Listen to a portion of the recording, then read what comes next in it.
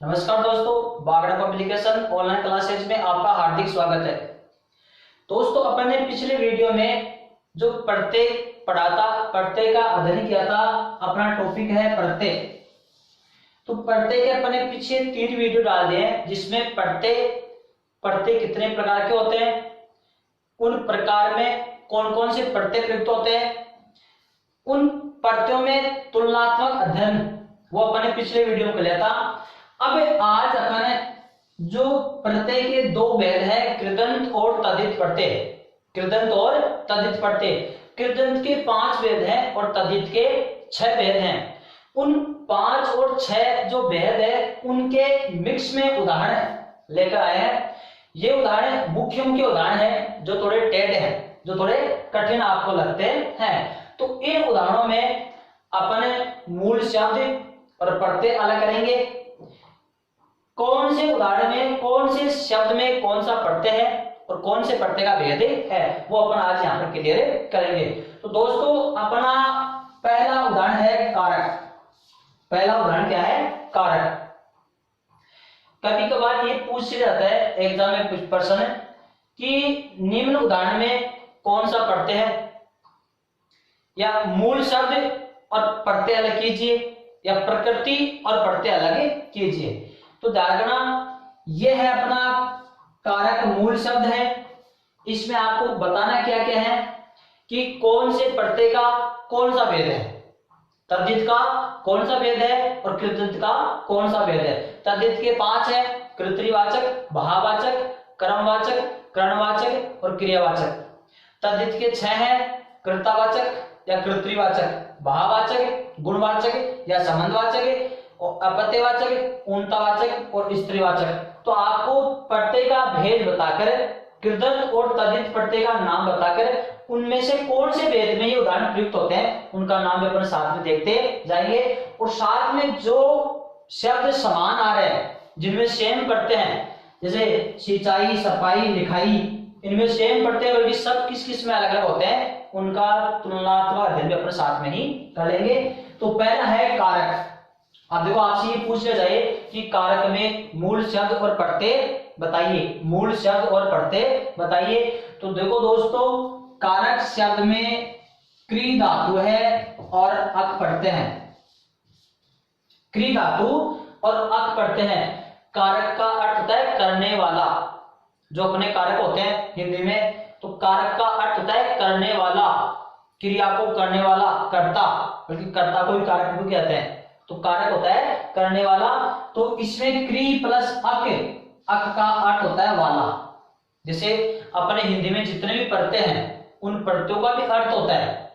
जिस प्रकार उपसर्ग का अर्थ होता है उसी प्रकार प्रत्यय का भी अर्थ होता है। तो अक का अर्थ होता है वाला। जैसे धावक, दौड़ने वाला। लेखक, तो लिख प्लस अक, लिखना, और अक यानी वाला, लिखने वाला। पाठक, पढ़ने वाला। तो अक प्रत्यय का अर्थ होता है वाला। तो देखो, अब क्री धातु का अर्थ होता है करना। तो क्री प्लस करना और अक यानी वाला, तो काम करने वाला कारक है। तो इसमें क्री धातु है, अक प्रत्यय है, और ये कौन सा प्रत्यय है? कृदंत का कर्तृवाचक है। कृदंत का कर्तृवाचक। नायक, नायक में देखो नी प्लस अक, नी प्लस अक, इसमें नी धातु है। नी का अर्थ होता है ले जाना, नी का अर्थ होता है ले जाना, और तो नी प्लस अक ले जाने वाला नायक।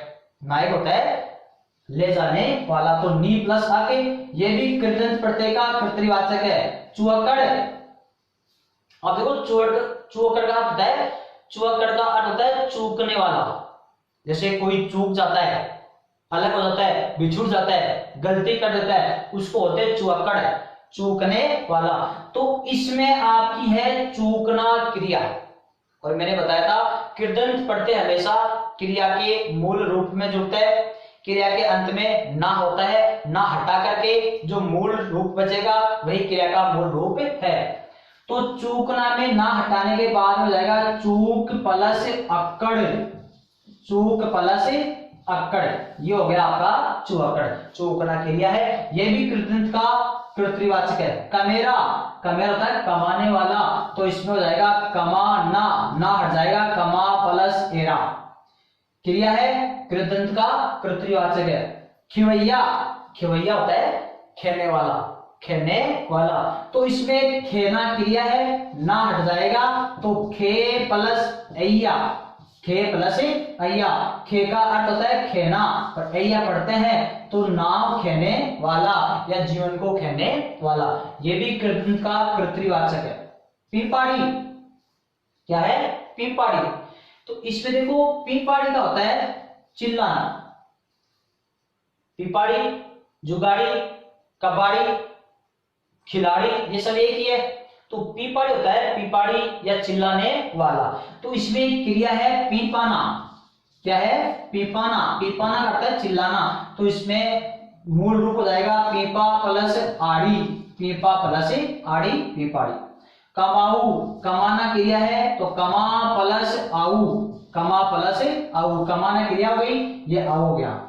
वक्ता, अब देखो ये सारे अभी तक यहां से लेकर के यहां तक कृदंत प्रत्यय के कर्तृवाचक है जो कर्ता का बोध कराते हैं। अब आप ये सोच रहे होंगे कि कृदंत प्रत्यय का कर्तृवाचक कौन से होते हैं, कितने भेद होते हैं, ये आप पीछे वाले वीडियो में देखिएगा। वक्ता, वक्ता का अर्थ है बोलने वाला, वक्ता का अर्थ होता है बोलने वाला, तो यहां पर क्रिया है वच, क्या है वच, वच यानी बोलना, वक नहीं होगा, यहां पर होगा वच प्लस ता, जैसे श्रोता, श्रो प्लस ता, दाता, दा प्लस ता, देने वाला, सुनने वाला, और वक्ता का है बोलने वाला, तो वच प्लस ता, वच करता है बोलना। होनहार, अब देखो होनहार में भी मूल क्रिया का मूल रूप है और प्रत्यय भी है, तो इसमें होगा होना, होनहार में क्रिया है होना, तो होना में से नाट जाएगा तो इसका हो जाएगा हो प्लस हार, हो प्लस हार होनहार, बल्कि इसमें ना होना क्रिया होती है, होना क्रिया होती है, ना हट जाएगा तो हो प्लस हार या फिर होना प्लस हार, होनहार। सिंचाई, सींचना क्रिया है तो सींच प्लस आई, सींच प्लस आई। अब यहां पर भाववाचक आ गया, कृदंत प्रत्यय का भाववाचक। सफाई, सफाई में साफ प्लस आई, साफ प्लस आई, देखा इधर, इसमें भी आई पढ़ते हैं, इसमें भी आई पढ़ते हैं, बल्कि ये दोनों अलग अलग पढ़ते हैं। कृदंत प्रत्यय में हमेशा क्रिया आती है और तद्धित प्रत्यय में हमेशा शब्द आते हैं, तो देखो सींचना यहाँ पर क्रिया है और साफ यहाँ पर शब्द है, और दोनों में पढ़ते सेम है, यहाँ पर भी आई पढ़ते हैं, यहाँ पर भी आई पढ़ते हैं, बल्कि यहाँ पर सींच मूल क्रिया का मूल रूप है और यहाँ पर साफ शब्द है, तो सिंचाई तो आपका कृदंत का भाववाचक है और सफाई आपका तद्धित का भाववाचक है, क्योंकि दोनों में पढ़ते सेम है, बल्कि यहाँ पर क्रिया आ गई और यहाँ पर शब्द आ गया। तो मैंने बताया था कि प्रत्यय के दो भेद होते हैं, कृदंत प्रत्यय और तद्धित प्रत्यय। कृदंत प्रत्यय हमेशा क्रिया में जुड़ते हैं या क्रिया के मूल रूप में जुड़ते हैं, और तद्धित प्रत्यय संज्ञा, सर्वनाम, विशेषण में जुड़ते हैं, शब्दों में जुड़ते हैं। तो ये क्रिया है, ये शब्द है, तो ये कृदंत का भाववाचक है और ये तद्धित का भाववाचक है। अब है लिखाई, तो लिखाई में देखो लिखना क्रिया है, लिखाई में लिखना क्रिया है, तो इसमें हो जाएगा लिख प्लस आई, लिख प्लस आई, बल्कि ध्यान रखना लिखना क्रिया हो गई, आई प्रत्यय हो गया।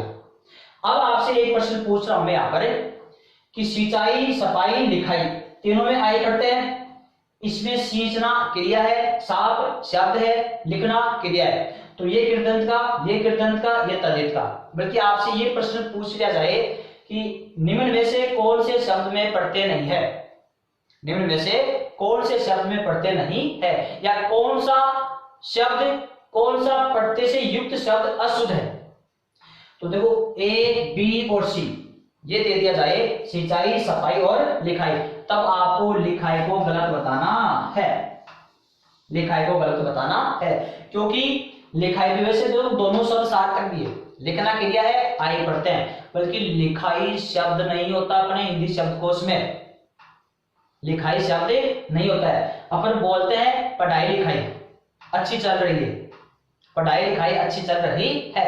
देखो सिंचाई कर रहा है, किसान सिंचाई कर रहा है, कर्मचारी सफाई कर रहा है, और पढ़ाई लिखाई अच्छी चल रही है। ये पढ़ाई लिखाई दोनों साथ पढ़ सकते हैं, क्योंकि लिखाई का अकेले का वाक्य नहीं बनेगा। ऐसा नहीं कि मेरी लिखाई अच्छी है, मेरी लिखाई अच्छी है, पढ़ाई हो जाएगा मेरी पढ़ाई अच्छी चल रही है, और पढ़ाई लिखाई अच्छी चल रही दोनों साथ में जाएगा, बल्कि लिखाई शब्द अकेला होता नहीं है, इसलिए लिखाई शब्द में प्रत्यय नहीं है।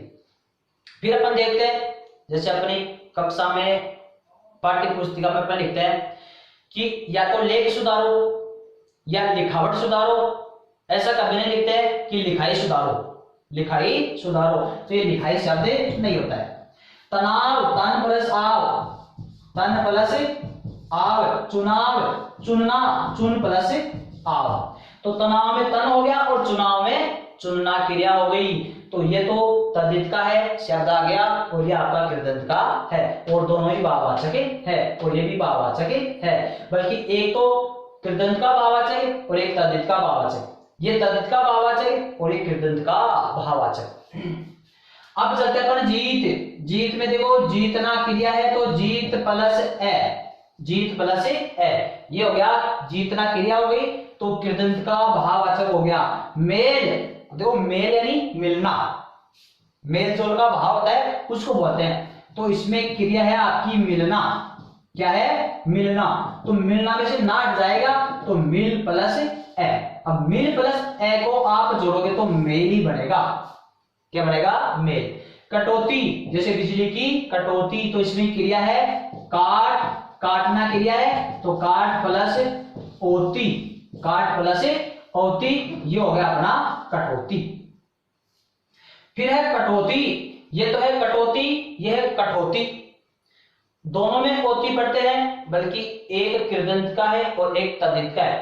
कटौती में तो बिजली की कटौती काटना क्रिया हो गई, दूसरा है कठौती, कठौती में होता है काट, काट प्लस ओती, काट प्लस ओती, तो काटना क्रिया है और काट होता है लकड़ी, काट होता है लकड़ी, तो देखो लकड़ी शब्द है, काटना क्रिया है, तो ये कृदंत का भाववाचक है, ये तद्धित का भाववाचक है। फिरौती, जैसे लोग फिरौती मांगते हैं, घूमते फिरते रहते हैं, दान दक्षिणा मांगते रहते हैं, तो फिरौती फेरी लगाने वाला, फेरी लगाने का भाव, तो फेरी लगाने वाला कौन होता है, फिरने का काम करता है, तो इसमें लगेगा फिरना, तो नाट जाएगा फिर प्लस ओती, फिर प्लस ओती, फिरौती कृदंत का भाववाचक है, क्यों क्रिया है। थकन और थकान, एक है थकन और एक है थकान, दोनों में क्रिया है, थकन हो गई थकान हो गया, थकन हो गई थकान हो गई, दोनों ही भाववाचक है। थकन और थकान को अपन महसूस कर सकते हैं, तो भाववाचक शब्द हमेशा महसूस ही किया जाता है, भाववाचक शब्द कभी भी दिखाई नहीं देता है और कभी भी स्पर्श नहीं कर सकते, ना अपन उसको छू सकते हैं, केवल महसूस कर सकते हैं। तो जैसे अपने किसी व्यक्ति के शरीर को देखकर ये महसूस करें कि थकान हो गई, महसूस कर लिया कि आज थकान हो रही है, कि थकन हो रही है, तो ये भाववाचक शब्द है, तो इसमें थकना क्रिया है, तो एक में तो होगा थक, थकना ना जाएगा, थक प्लस अन, और एक में होगा थक प्लस आन, एक में अन पढ़ते हैं और एक में आन पढ़ते हैं, और दोनों ही कृदंत का भाववाचक है। फिर है लेन देन, तो लेन देन का भाव है, लेन देन अच्छा चल रहा है, लेन देन का भाव है, तो इसमें क्रिया है लेना देना, क्या है लेना देना, तो इसमें होगा देखो इधर लेना और दे।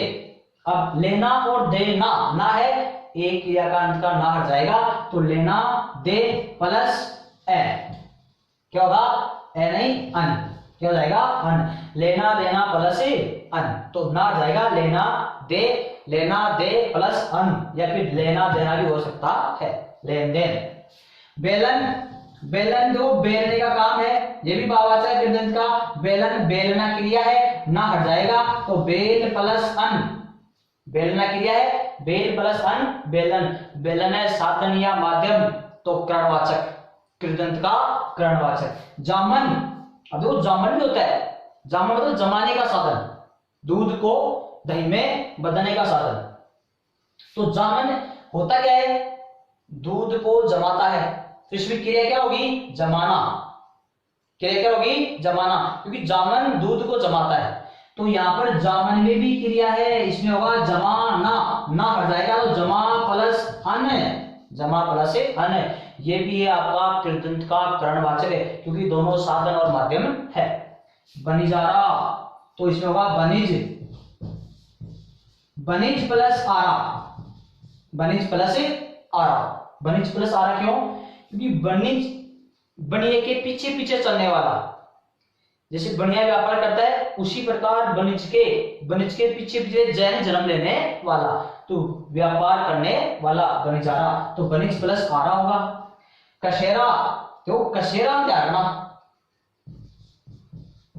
कांसा प्लस एरा, लुटेरा में लूटना क्रिया है, लूट प्लस एरा। सपेरा में सांप प्लस एरा, और फूपेरा में फूंपा प्लस एरा। ध्यान रखने की बात है विशेष रूप से, ये बनिजारा है आपका, बनिज होती है आपकी, बनिज क्या है? क्रिया, तो ये आपका कर्तावाचक हो जाएगा। कसेरा, कांसा प्लस एरा, लुटेरा लूट प्लस एरा, सांप प्लस एरा, फूंपा प्लस एरा। चारों में एरा पढ़ते हैं, बल्कि ध्यान रखने की बात यह है कि कौन से में क्रिया है, कौन से में शब्द है, कौन से में क्रिया है, कौन से में शब्द है, वो आपको ध्यान रखना है। कांसा, देखो कसेरा होता है कांसे का काम करने वाला, लखेरा लाख का काम करने वाला, गसेरा घास का काम करने वाला, ये सारे इसी के हैं। गसेरा, लखेरा, कसेरा, चितेरा, चितेरा मतलब चित्र प्लस एरा, चित्र बनाने वाला। तो ये कांसा, लाख, घास, चित्र, ये सारे शब्द हैं। सारे क्या चीज है? शब्द। तो ये हो जाएगा आपका तदित, क्योंकि शब्द आते हैं हमेशा तदित में, तो तदित का कर्तृवाचक। क्यों? सारे कर्ता का बोध करा रहे हैं। कांस, लखेरा लाख का काम करने वाला, चितेरा चित्र बनाने वाला, और कसेरा कांसे का काम करने वाला। अब है लुटेरा। लुटेरा कौन होता है? लूटने वाला, लूटने वाला। अब यहां पर लूटना क्रिया है, एरा पट्टे दोनों में सेम है, क्योंकि लूटना यहाँ पर क्या है? क्रिया। तो क्रिया किस में आती है? कृदंत में, तो यह आपका कृदंत का कर्तृवाचक, ये तद्धित का कर्तावाचक, ये कृदंत का कर्तावाचक। क्यों? यहाँ शब्द है और यहाँ पर क्रिया है। अब सपेरा, सांप का काम करने वाला शब्द आ गया, तो ये तद्धित का कर्तावाचक। फूपेरा, फूंपा प्लस एरा। अब देखो फूपेरा कोई कर्ता का बोध नहीं करा रहा है, फूपेरा एक संबंध का बोध करा रहा है, तो ये तद्धित का संबंधवाचक होगा। तद्धित का संबंधवाचक है, जो गुणवाचक में प्रयुक्त होता है। देखो कसेरा तद्धित का कर्तावाचक, लुटेरा कृदंत का कर्तावाचक, सपेरा फिर तद्धित का कर्तावाचक, और फूपेरा तद्धित का संबंधवाचक या गुणवाचक में। इस प्रकार से ये आपको ध्यान रखना है। अब है भैया, क्या चीज है? भैया। जो इधर वाले हो गए इनको मैं आप साफ कर देता हूं, क्योंकि इधर जगह नहीं है, इसलिए अपन इनको हाल इधर ही करेंगे। कि देखो भैया शब्द है, इसमें भी आपका पढ़ते हैं, अपन बोलते हैं भैया। तो भैया में क्या है? भैया में देखो मूल शब्द है भाई, मूल शब्द क्या है? भाई। तो इसका हो जाएगा भाई प्लस एया। भैया का होगा भाई प्लस एया, ये हो गया भैया। भैया में पढ़ते हैं, एया पढ़ते हैं, और भाई प्लस एया भैया। अनाड़ी, अन प्लस आड़ी, अन प्लस आड़ी। खिलाड़ी में हो जाएगा देखो दोस्तों खेल प्लस आड़ी, खेल प्लस आड़ी। सुना इधर, अनाड़ी और खिलाड़ी दोनों अलग अलग पढ़ते हैं। क्रिया में जुड़ता हो कृदंत का होता है, शब्दों में जुड़ता हो तद्धित का होता है। तो देखो अन उपसर्ग है, आड़ी पढ़ते हैं, इसमें खेलना क्रिया है, खेलना। खिलाड़ी होता है खेल खेलने वाला, खेलने वाला। खिलाड़ी कौन होता है? खेलने वाला। अनाड़ी कुछ नहीं जानने वाला, तो इसमें क्रिया नहीं है, अन पढ़ते हैं, वो अन उपसर्ग है, आड़ी पढ़ते हैं। तो ये उपसर्ग और पढ़ते के संयोग से ही शब्द बन गया अनाड़ी। जो अनाड़ी कौन होता है? जो खेल नहीं सकता अनाड़ी, और जो खेल सकता वो खिलाड़ी। तो खिलाड़ी में खेलना क्रिया है, अनाड़ी में अन उपसर्ग है। तो ये तो उपसर्ग होने की वजह से शब्द हो गया, और ये खेलना क्या है? क्रिया। तो अनाड़ी तो है आपका तद्धित का कर्तावाचक है, और खिलाड़ी है आपका कृदंत का कर्तावाचक। खेलने वाला नहीं खेलने वाला, कर्ता का बोध करा रहे, बल्कि एक तद्धित का और एक कृदंत का। अब है मसालची। एक मसालची, एक मसालची। देखो दोनों में अंतर है। इसमें होगा मशाल, मशाल प्लस ची, और इसमें होगा मसाला प्लस ची। ध्यान रखना, एक स चेंज हो रहा है, एक में स है आपका तालवे, एक में स है आपका दंते। स चेंज हो रहा है, एक तो है मशाल ची और एक मसाल ची। तो देखो ये मसाल ची में तो होगा मसाला प्लस ची, और इस मसाल में होगा मसाल प्लस ची। ची का अर्थ होता है करने वाला, और ये उर्दू का उपसर्ग है, वो उर्दू का प्रत्यय है ची। ची प्रत्यय किसका है? उर्दू भाषा का। तो ये मसाल प्लस ची तो होता है जैसे कोई सेना में आगे, सबसे आगे आग लेकर चलता है, मसाल लेकर चलता है, उसको बोलते हैं मसाल ची। मतलब सेना में सबसे आगे आग लेकर चलने वाला, उसको बोलते हैं मसाल प्लस ची। और एक मसाल ची, मसाला प्लस ची, मसाला का, मसाले का काम करने वाला। जैसे मसाला है ना, हल्दी धनिया जीरा वगैरह, वो उसको तो बोलते हैं। ये तो है मसाल ची, मसाले का काम करने वाला। ये मसाल ची सेना में आगे मसाल लेकर चलने वाला। तो देखो दोनों में थोड़ा सा अंतर है, एक स का अंतर है, बल्कि एक तो है सेना वाला मसाल ची, ये सेना में आग लेकर चलता है सबसे आगे, और ये मसाल ची, मसाला प्लस ची, मसाला बनाने वाला, मसाले का काम करने वाला। तो दोस्तों ये उदाहरण मैं आपके सामने इसलिए लेकर आया हूं क्योंकि ये थोड़े अलग हैं। ये उदाहरण मैंने जितने भी पढ़ते हैं, जितने भी भेद हैं, उनमें सबसे अलग अलग छाटे हैं, जो कठिन है, जो मिलते जुलते हैं, वही लेकर आया हूं, क्योंकि जो सामान्य उदाहरण है वो लेकर नहीं आया। अभी इसमें और भी है जो कठिन कठिन उदाहरण है। ये मसाल ची और ये मसाल ची, ये मैंने आपको बता दिया। अब है गंजेड़ी, गंजेड़ी, भंगेड़ी, नशेड़ी, नशा प्लस एड़ी, नशा करने वाला। भंगेड़ी, भांग प्लस एड़ी, भांग पीने वाला। गंजेड़ी, गांजा प्लस एड़ी, गांजा प्लस एड़ी। गांजा पीने वाला गंजेड़ी कर्तावाचक, ये भी कर्तावाचक, तद्धित का, ये कृदंत का कर्तावाचक, ये दोनों तद्धित के कर्तावाचक, ये तद्धित का कर्तावाचक। अब है आर्ण, क्या है? आर्ण। तो इसका होगा री प्लस न।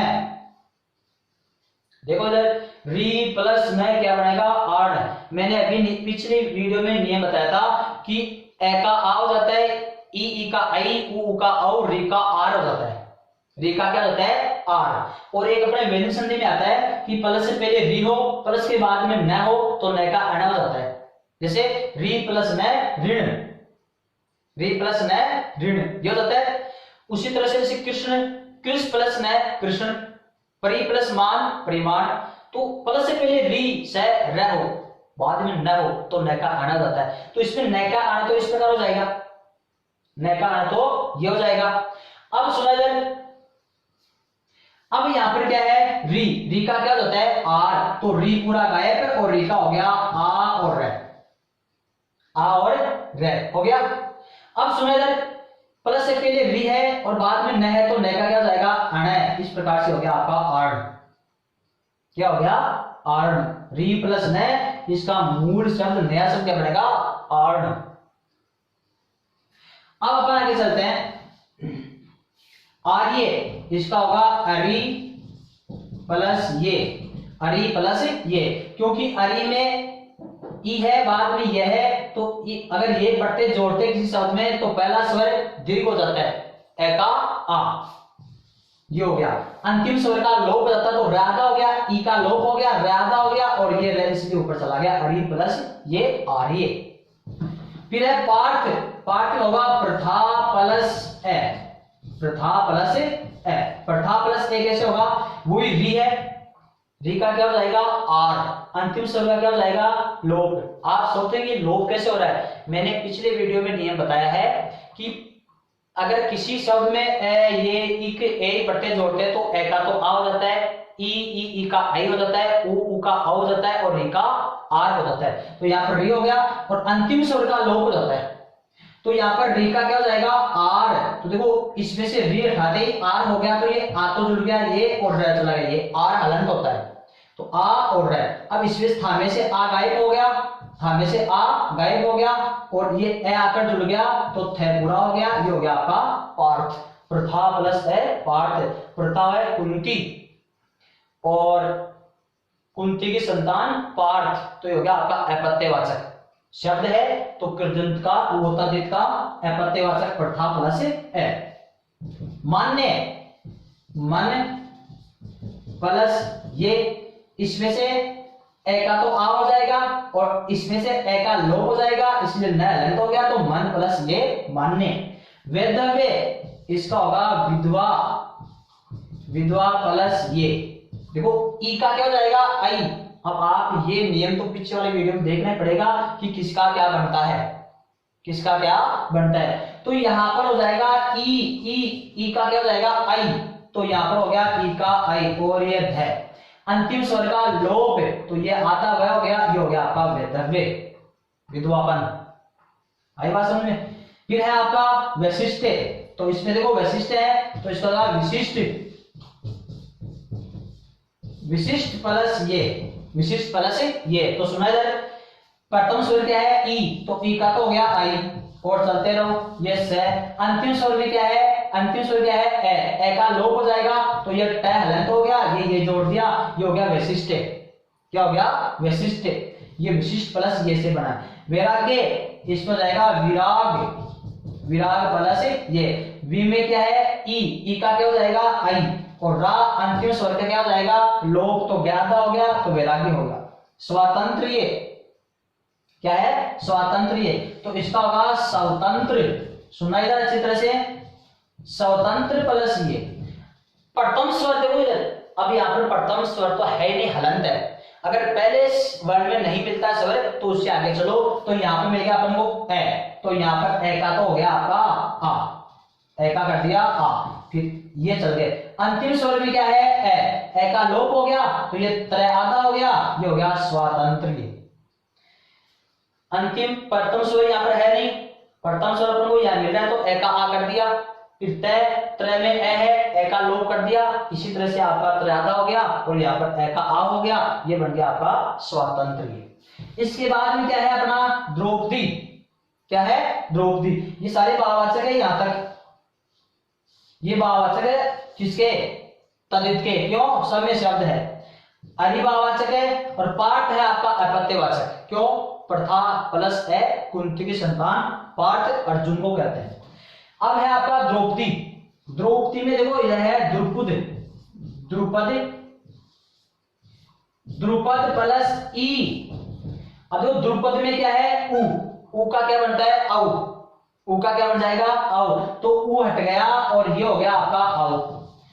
इसमें अंतिम स्वर क्या है ए का लोप हो जाएगा और बड़ी की मात्रा जुड़ जाएगी, ये हो गई द्रौपदी। राजा द्रुपद की संतान द्रौपदी, द्रौपदी के पिता का नाम था द्रुपद, तो द्रुपद प्लस ई क्या बन गया द्रौपदी, तो द्रुपद की संतान द्रौपदी, तो क्या हो गया अपत्यवाचक। इस प्रकार से ये हो गया अपने इधर वाले मूल शब्द और प्रत्यय कि कौन से शब्द में कौन सा प्रत्यय है, ये अपन ने बता दिया। अब चलते अपन अगली वाली पंक्ति में, अगली वाली पंक्ति में कौन कौन से शब्द है, कौन कौन से शब्द में कौन कौन सा प्रत्यय जुड़ा हुआ है। बल्कि विद्यार्थियों अभी आपसे एक रिक्वेस्ट ये कराऊं मैं,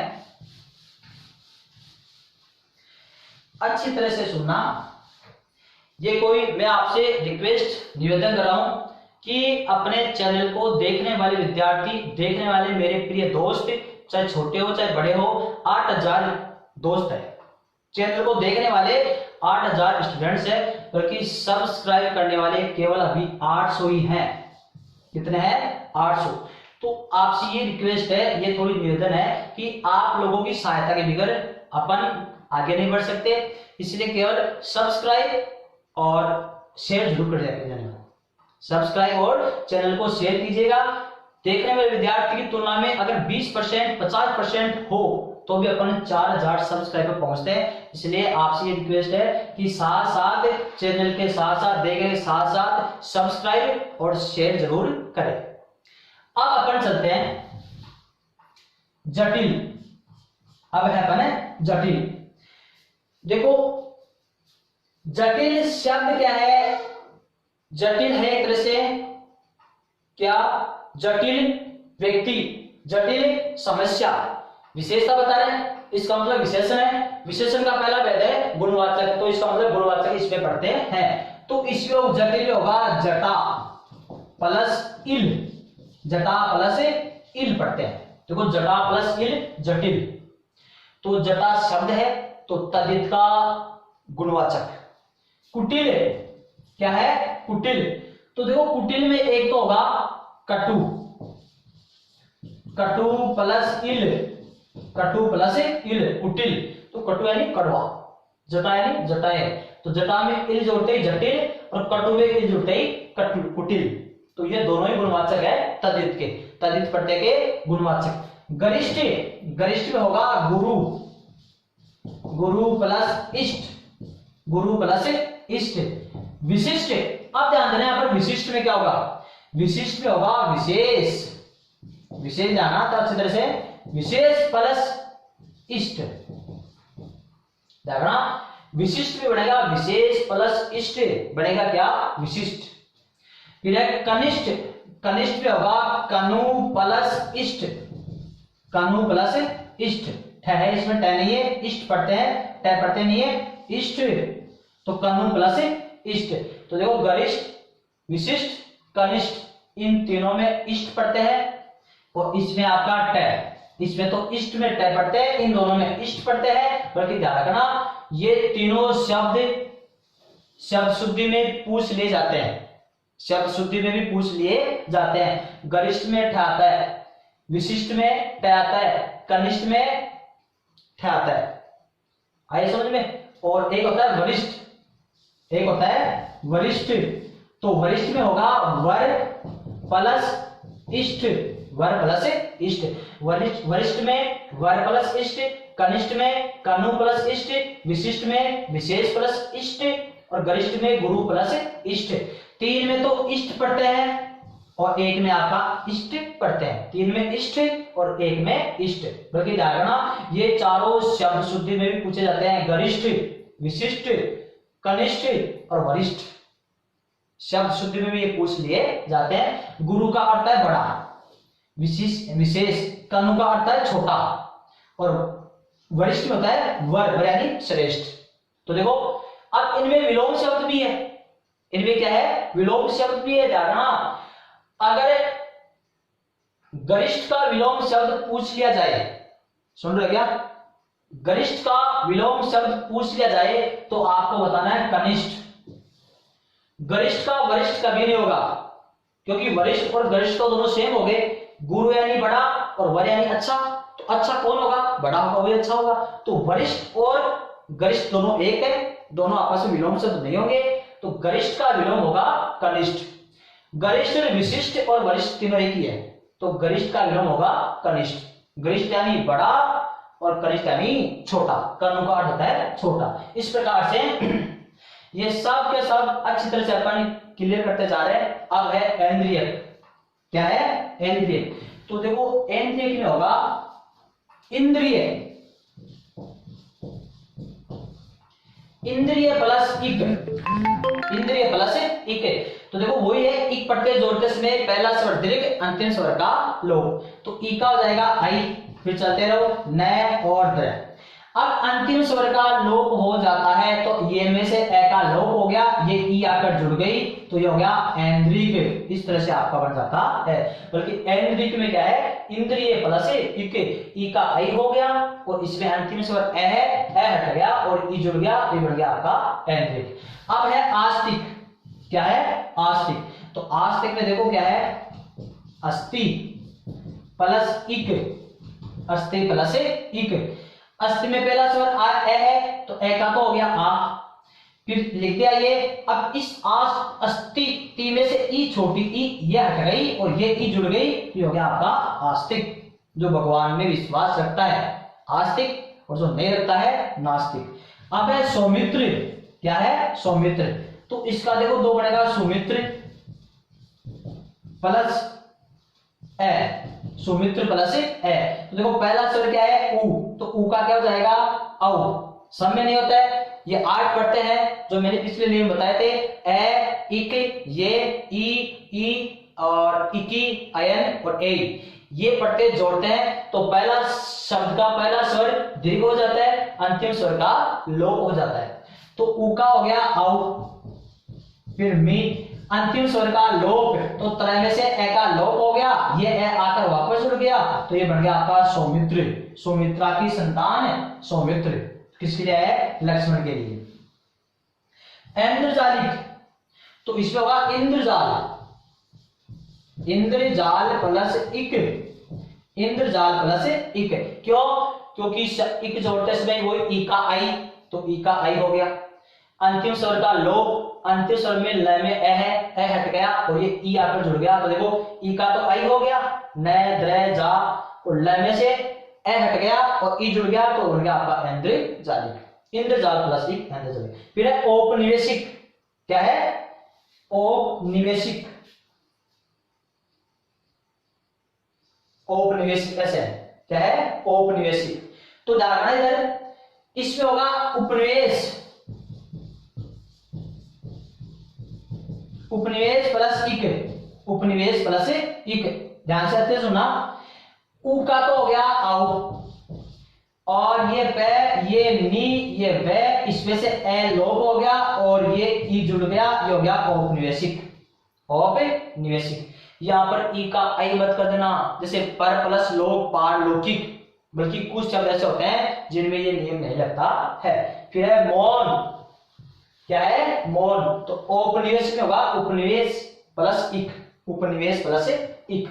अब है मौन, मौन में सुनो इधर, मुनि प्लस ए, मुनि प्लस ए।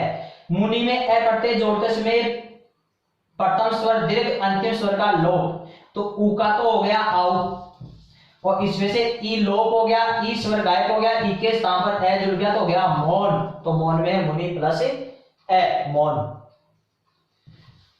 फिर है अपना मार्दव, क्या है? मार्दव, तो मार्दव में देखना, मार्दव में है मृदु, मृदु प्लस ए करते, वही है री का आर, जैसे प्रधा प्लस ए में पाठ बना था, तो री का आर हो जाएगा, यहां से री हटते ही मैं हलंत हो गया, री का बन गया आर, तो ये आ तो मिल गया इसमें और ये र चला गया ऊपर, री के स्थान पर आ र, आर में र लत होता है। अब इसमें से ऊ हट गया, तो ये द। अब अयादी संधि के हिसाब से इसमें ए, ये ए मिल गया, ऊ हटते ही क्या बन गया?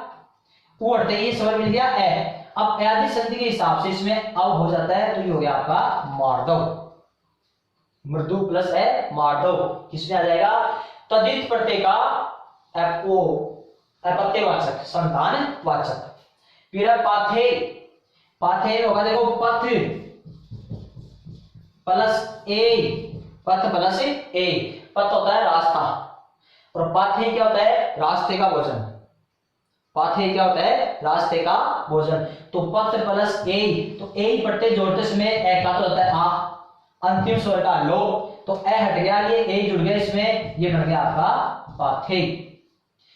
अब इसके बाद में अपने हैं शौर्य, क्या है? शौर्य।